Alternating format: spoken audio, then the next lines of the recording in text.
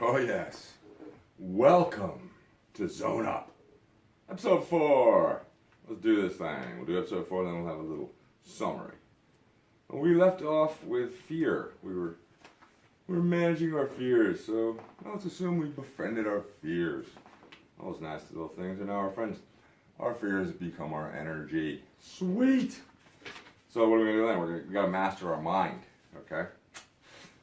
So, most vital quality, what does that mean exactly? Well, it's ultimately confidence. To quote General Patton, one of my faves, the most vital quality a soldier can possess is self-confidence. You kind of work on getting there, but that's what we're doing here. The progression of thought that leads to mastering your mind for life in the beast zone may very well begin with self-esteem. Yep, you gotta love yourself like a freight train. And so, yeah, you gotta move on past cocky. You gotta get a little cocky and go past that. There's a place you're gonna be where you're not even humble, because according to Golda Meir, my favorite Israeli prime minister, don't be humble. You're not that great. No, don't get me wrong. You want to be a nice guy. It's probably one of your primary objectives. But you don't want to be all sheepish about it. You got to get to this a place where your giving becomes more rewarding than your receiving. So that's where you're not humble, and that you're giving more than you're getting. And what happens there in a positive feedback loop is that 1 and 1 ultimately becomes 3 when you get into that mode. So you got to believe in yourself like a freight train. You really do. And humble is a part of it in a form that we don't necessarily approach properly. You got to get to cocky, and you move on from there. Kind is after cocky. Trying to spend too much time in cocky land, but it's not gonna kill you. All right, so ultimately, you're honest and fair is pretty much what your humble side is, and the rest of you is a freight train. But believe in yourself like that. Go forward, always forward. All right. Okay, now we got to focus. How do we focus this? What is this mindfulness? What are we focusing on exactly? Is there an exercise? Yes, there is. Pretty simple. Okay, this is the time and place to live in the moment, in the now. The focus. There is nothing else but the task at hand. No energy escapes the beam of your focus. It is a laser and cannot be diverted. You should become so immersed in this task at hand that you will stop thinking and just do it. Thank you, Nike. All right. Whether it's knitting a sweater, dodging 3 defenders, or rifling home a shot to the upper corner, the final step is mad focus here. The key words to ensure this focus are in question form. All right, so you got some key words to work with. And 2,500-year-old ones we were talking about. You ask yourself a question, a bit of a mantra to stay in the beast zone. You ask the question, what am I experiencing now? Rather than, well, what I'd rather be experiencing. We touched on that. That's what it comes down. What am I experiencing now? What am I experiencing now? What am I experiencing now? That focus into what you were doing. Best tennis play I ever played was in a dark, it was this weird court. Tennis, who cares about tennis? Well, we'll just mention it for a second. It was this really weird court. It was sunken, and it was dark out, so that the only thing on earth was this court. I played twice as good as I've ever played tennis before, because I couldn't see anything else. It was just focus into this court in the middle of the night in a sunken arena. Now you got to getting there to your mind, closing out the rest of everything else that's happening around you is kind of what you got to do. So what you do is go, what am I experiencing now? What am I experiencing now? You close your eyes. No, you can't close your eyes, but you do. You got to keep focusing on that. What's in the now? What's right here? What am I experiencing now? And you get rid of all your other thoughts that fog the equation up at that point. So, asking this question again and again will put you in the moment with laser-like focus, devoid of all distractions, with You'll flatline the cravings, other desires for other things that you should have had or might have had. You just do it. Thank you, Nike. All right, this mantra, if you will, is to be used again and again. And it will open the sesame, so to speak, into this treasure cave of the zone. Again, what am I experiencing now? That's what you ask. You can practice anywhere, anytime. Just ask yourself the question, focus on the task at hand, as if nothing else existed, and there you are. You're in the zone. So there it is. That's the formula. What am I doing right now? What am I experiencing right now? Reducing irreducible thought to that. All right. So there you are. You're in the zone. You're all in. Now it's time to come out of your skin. Well, what does that mean? Let's use some from The Art of War, the good old Sun Tzu. The onrush of a conquering force, you, is like the bursting of pent-up waters into a chasm 1,000 fathoms deep. So you're like a river coming up to the cliff and then piling down into 1,000 chasms. That file pouring over the river, pouring over the cliff, that's your boom. That's your boom. That's where you're all in. Whether it's I like to call it come out of your skin, brute force, physical, running back style, with the motionless grace of a golf putt, a ballerina, and a bulldog all in one. Now, you're all in. You leave nothing, not a scrap on the table. And it's just pure fun once that's done. I consider myself a blackout player. Greg's a lot more focused. He can actually see what he's doing. As I noted in the past, I get the ball, when I got better, I completely stopped thinking. And I really didn't even know what happened until I either saw a tape or someone explained it to me afterwards. Because I would just go into this black zone and dodge a few dudes, get a shot off. All right. So how do we stay here? What do we stay at? We want to stay in this zone. We want to take it from the field and into some other parts of our life. Why not? We work this hard. You need a purpose. What's your cause? What drives you? They're big questions. These are huge questions. But answering them will help keep you in the zone.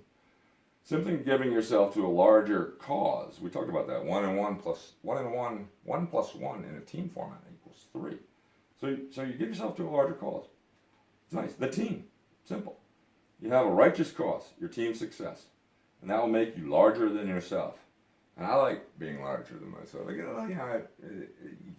Self becomes a little, it's not enough at a certain point. You need a little more. And what more is team. More is team love. And to a certain extent, that's what we're talking about here. That's where the sacrifice comes in. That's where your Sebastian Junger in the book about Restrepo, says that's why people get medals of honor. That's why people sacrifice themselves. It's for love. In war, he's talking about love. So we're talking a little bit about that right in here in a team. You'll see Urban Meyer come out, the coach of Ohio, and say, why did they win the national championship? He'll go, because that locker room is filled with love. Now, and the top coaches, top players, they talk about it a lot now. So don't be afraid of love. It's a pretty nice thing. Get right out there and embrace it. It's what you're doing with your team. So again, 1 and 1 is 3. Team causes, it stands in contrast to others. It's resonant, and it's a great place to put your energies. No question about it. So we've got your point being that living in the zone requires a more consistent cause, a more resonant theme or purpose, which is nice that we have ready-made on the shelf, available for immediate use purpose. The zone, for zone lifers, giving yourself to the team will do just fine. All right, so here's something from The Art of Grace, a great book by the Pulitzer Prize winning dance critic. Yeah, dance. Lacrosse got some dancing. All right, so Mrs. Kaufman is a big fan of the natural grace of athletes. Here she celebrates the transcendent nature of teamwork. All right. At the essence of all this displays, whether among birds or humans, is relinquishing yourself to the flow. Whoa, wait a minute, you talking about the flow? Yeah. All right, so let's start over. At the essence of these displays, whether among birds or humans, is relinquish yourself to the flow. The participants' energy into a single living, breathing organism, where the group is emphasized over the individual. You forget that you are a separate entity. In the most harmonious corporal teamwork, there is a transcendent quality of connecting with something larger than your own ego. Look at those close order drills in the military. In his book, Keeping Together in Time, Dance and Drill in Human History, historian William McNeill writes of the muscular bonding and the age-old practice of just marching around as a military group. Muscular bonding. There's nothing wrong with that. I love it. All right. Which has outlived its battlefield practice and is still employed in a way to the recruits together on a deep level. In his own World War II Army training, he recalls feeling a sense of well-being and is swelling out, becoming bigger than life, which we were talking about a minute ago. Give yourself to the team and be a lot bigger. It's a heck of a purpose. And then you do that pretty much in life at some point too. You give yourself to whatever cause you believe in, and you enlarge. All right. Throughout human existence, synchronized movement has served to pull people together and strengthen connections. Yeah, baby. That's why you have plays, right? All right. So, you manage your ego right up into a team format. All right. Bottom line here is that great causes and purpose in giving yourself to something larger than yourself. One of the benefits is that you have earned your right to work from the zone. Sweet. Once you're in that zone, you got to take advantage of the situation. You can't just work. You'd be a dull boy. So you have mandatory glory. Yep, mandatory. One of the requirements for staying in the zone, getting a positive feedback loop going. You're going to get this positive feedback loop going. Part of it is praise, validation, your appreciation of what you've done. Even if Vince taught us, you find yourself face down in a puddle, spitting out mud after getting scored on. As long as you made a good effort getting there, the mud shall taste like nectar. Oh, I like that. Because with great efforts come glory, which in turn provides the nourishment to make another great effort. Positive feedback loop. So savoring the moments will help you keep in the moment. It's part of the positive feedback loop. If you want to spend more time in the zone, you're obliged to have more fun. Sorry. So that's positive feedback loop logic, but still logic.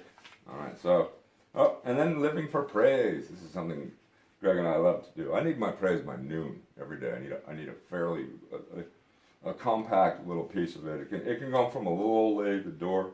It can come from a teammate. Best comes from one of you. But how much praise did we get today? You really got to look at that. It's a sign. It's like a scorecard. If you're getting praised, then you're doing something right. If you're not getting praised, you got to pull a little more effort in. So sometimes we start small, perhaps holding the door open. I love doing it. If I haven't got enough praise by noon, I'll go down and hold some doors. I've said that before. So then you're putting in. Then someone will say something like, "Hey, thanks a lot, Sonny boy," and that's good by me. So the holy grail is the validation here. Validation is part of being in the feedback loop. It's not only about massive ego validation. It's about validating your good works and having some effect. They're having some effect, providing again the nourishment to keep up more good works. Feedback loop. All right. So we talked about looping the beast into your regular life. Let's just touch on that for one more sec, and then we're finished up here, and I'll give you a little summary on the next one. So now you know how to access the beast zone in order to upgrade your athletic glory. It makes sense to keep those skill sets into the rest of your life. To go beast on everything: social life, love life, business careers, even high performance relaxation. Super fun. The living in the moment right nowness of the zone is something that can be applied to pretty much anything you do. It's all about focus in many cases, and the exercise of asking yourself, what am I experiencing right now? Rather than focusing on, what would I rather be doing? You got to get rid of that. Gotta get rid of that silly craving. Because then you get you to this place of perfect contentment and clarity, the zone, according to Mikey C, who we touched on at the beginning. This exercise is like anything when it comes to practice. When you commit yourself to a discipline and repeat it again and again, it becomes part of you. The time frame to easy and full access into the zone varies from person to person, of course.